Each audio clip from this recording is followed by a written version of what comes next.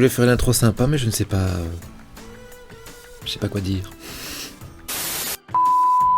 Bienvenue dans ce nouvel épisode d'Enquête criminelle. Oui, parce que t'as vu, je suis encore sur ma scène de crime, là. Je vais pas la quitter, hein. T'inquiète, pour les prochains épisodes, à mon avis, on va encore être sur le même décor. Oui, donc alors j'ai commencé à installer tous les réseaux, en fait non, j'ai même installé tous les réseaux, il reste les décharges à poser. Mais, comme le menuisier va venir encore plus tôt que prévu pour mettre les châssis, à mon avis dans 2 ou 3 épisodes, donc ce sera le menuisier qui sera ici, et j'aimerais préparer son arrivée, donc je vais mettre un petit peu en suspens les décharges dans la salle de bain, et je vais m'occuper, je vais faire d'une pierre deux coups, hein, je vais, tant qu'à faire... mais je vais te montrer, tu vas comprendre. Ça, c'est le mur de la salle de bain. Avant, il avait encore du plâtre jaune et rouge et avec plein de moisis. Donc voilà, tout est tombé. Hein. Je me suis dit que c'était une meilleure idée de quand même gratter l'ancien plafonnage. En faisant ça, eh bien, j'ai fait une petite découverte. J'ai découvert que j'avais un magnifique linteau en bois pourri. En plus, il n'est pas très épais. Donc j'aimerais remplacer ce linteau pourri par un linteau un peu moins pourri. Comme ça, ainsi, j'éviterai de faire des dégâts sur ma nouvelle fenêtre. Tant qu'à faire de la maçonnerie pour cette fenêtre-là, je vais également en profiter pour relever le linteau. Oui, t'as peut-être suivi les aventures depuis le début, tu sais que j'ai déjà remonté ce linteau, c'était l'un des tout premiers épisodes de la chaîne. Mais ça, c'était avant de remonter tout le niveau du sol également. Donc maintenant, le linteau, il est environ 17 cm trop bas. Donc je vais le remonter encore. Faire et défaire, c'est toujours travailler. Par contre, je vais devoir faire un étayage pas très conventionnel, donc je vais pas trop te montrer comment je vais poser les étais, c'est un petit peu comme pour la cave, tu vois. D'ailleurs, je vais aller rechercher les étais qui sont à la cave, et qui tiennent ma dalle là, de 4 tonnes. On va voir si ça tient. Je vais devoir faire quelque chose de peu conventionnel parce que j'ai pas beaucoup d'espace, donc je vais pas pouvoir mettre mes poutrelles à champ, mais je vais quand même poser des étais et soutenir ce mur. Il n'y a pas grand chose à porter sur ce mur, il y a juste mon nouveau local technique. Voilà, regarde, tu vois.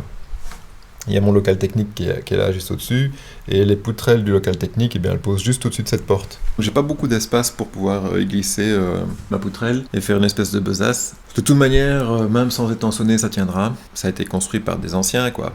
Ils portaient des menhirs, ces mecs-là, hein, donc c'est solide, c'est solide.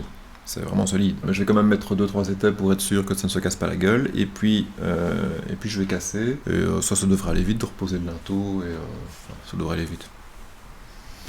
Comme d'hab, hein, tu penses que ça va se faire en 1 heure. Et puis 5 heures plus tard, t'as fini, quoi. Je viens de mettre les étais. Alors je vais essayer de pas trop te filmer ça parce que c'est vraiment le truc à ne pas faire.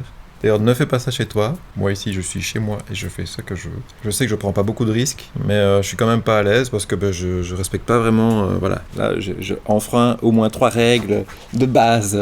Mais t'es toujours un petit peu obligé de faire ça quand tu fais de la réno. Hein. J'ai juste une épaisseur de briques avant le plafond fini de mon local technique. Donc ça me laisse pas beaucoup de marge et j'ai 2 cm en dessous de la poutre qui étançonne, quoi. J'ai vraiment pas beaucoup de place pour faire ce que je voulais. Je suis conscient que s'il y avait une grosse charge et que si ça devait s'écrouler, mon étançonnage ne tiendra pas. Il tombe. Voilà. Mais par contre, il va certainement prévenir d'éventuelles fissures. Et c'est plutôt dans cette optique-là que j'ai mis les étais aujourd'hui. C'est vraiment pour stabiliser un petit peu le mur, quoi. Dans ce genre d'opération, je suis jamais vraiment à l'aise. Mais bon, à un moment donné, il faut se lancer, tu vois. Il faut y aller, voilà. Il y a 2 choses que j'appréhende dans ce genre de choses. La première, c'est que le marteau burineur, les vibrations, ce sont ces vibrations-là qui me donnent mal au coude et qui enflamment ma tendinite. Je sais très bien que demain, j'aurai mal au coude et que je vais encore chier des barres. Et la deuxième chose, c'est que il faut casser, quoi. Et casser, chaque fois, ça me déprime, quoi. Je sais pas pourquoi. Dans la rénovation, je préfère remonter que détruire. Il y a des gens, ils adorent détruire. Moi, j'adore détruire la maison des autres. Mais la mienne, j'ai du mal. Quand je te dis que c'est du solide, tu vois, ça tient tout seul dans le vide. Il n'y a pas grand-chose qui retient, hein. Bon, je ne te cache pas que je vais vite me dépêcher parce que je suis pas à l'aise, hein, quand même. Je vais devoir remonter une micro-brique ici, puis je vais vite poser le linteau, et alors je vais le poser à ras ici si les briques ne bougent pas. Si elles restent collées, je vais retirer le ciment là qu'il y a ici. Je vais venir coller mon linteau contre, et ni vu ni connu, je t'embrouille. Si tu te demandes comment ça fait pour tenir tout seul comme ça dans le vide, eh bien c'est grâce au poil de mammouth, fort présent encore de l'autre côté du mur. À mon avis, c'est ça qui retient l'ensemble. Je vais donc coller un petit linteau là sur le bazar. Je vais essayer de mettre une bricouille ou 2-3 petits morceaux de briques sur le côté pour que ça tienne. Et puis je vais croiser tous mes doigts et prier les dieux de la maçonnerie pour que ça tienne. Hein. Regarde, pour tous ceux qui oseront dire que je suis un mauvais maçon, regarde cette brique-là comme elle est de travers. Et à rien de droit. Et en regardant d'un peu plus près, on se rend compte que le mur il fait un ventre, quoi. Parce que moi je mets mes trucs d'aplomb correctement, tu vois, et de niveau, eh bien ça se voit. Tu vois le mur, enfin je sais pas si ça se voit en caméra, mais il fait ça, quoi. Et donc, je vais devoir poser un linteau de niveau sur une brique qui est de travers, tu vois. Je me fais une petite tartine, là. Petite tartine de mortier. Bon, ça risque d'être un petit peu lourd à digérer. Hein. J'espère que je vais arriver à le soulever et à le poser sans en mettre partout. Hein. Donc j'ai mis ici un étai pour pouvoir tenir en attendant que je positionne donc quelque chose pour retenir le linteau, n'est-ce pas? Et alors ici j'ai mis un coin et quand je mets le niveau, eh bien la bulle elle est pas très alignée, tu vois. Il y a au moins un demi-centimètre, un petit demi-centimètre. Donc je me dis c'est pas grave, je vais descendre le petit coin, tu vois. Sauf que ça sert tellement bien là-bas que voilà.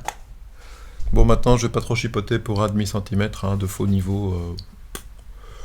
Hein, voilà, ça ne se verra quand même pas, il va y avoir une embrasure de porte, hein, donc à la limite on s'en fout. Mais l'essentiel c'est que ça soit bien collé contre les briques. J'ai plus qu'à faire des Lego et à empiler les briques tout autour et après j'attaque. La petite fenêtre là derrière. Moi je suis extrêmement jaloux de ces gars qui peuvent te construire une pyramide et qui ont les doigts propres à la fin, tu vois. Bon là évidemment j'ai été les nettoyer. Hein. Et alors ils te font un truc super nickel et moi c'est juste, tu vois. Voilà, il y en a partout quoi. T'as vu? Et alors je fais ça avec les doigts pour être sûr que, eh bien voilà. L'essentiel c'est que ça tienne, tu vois. La finition n'est pas terrible, mais de toute manière ça ne se verra pas derrière le plafonnage. Mais c'est vraiment... comment dire? C'est pas ma grande spécialité. Maintenant, je vais m'attaquer à ce petit linteau. Là, je vais rien étançonner, rien étayer. Si ça tient avec ce machin, à mon avis, ça tiendra même sans. Il n'y a pas de problème. C'est encore un peu le bazar ici. Alors, je viens de retirer le linteau pourri et j'ai remarqué que derrière le linteau pourri, il y a encore un autre linteau pourri, celui qui tient la brique de façade. Je vais pas le changer tout de suite. Je le changerai en temps voulu quand je m'occuperai de la façade.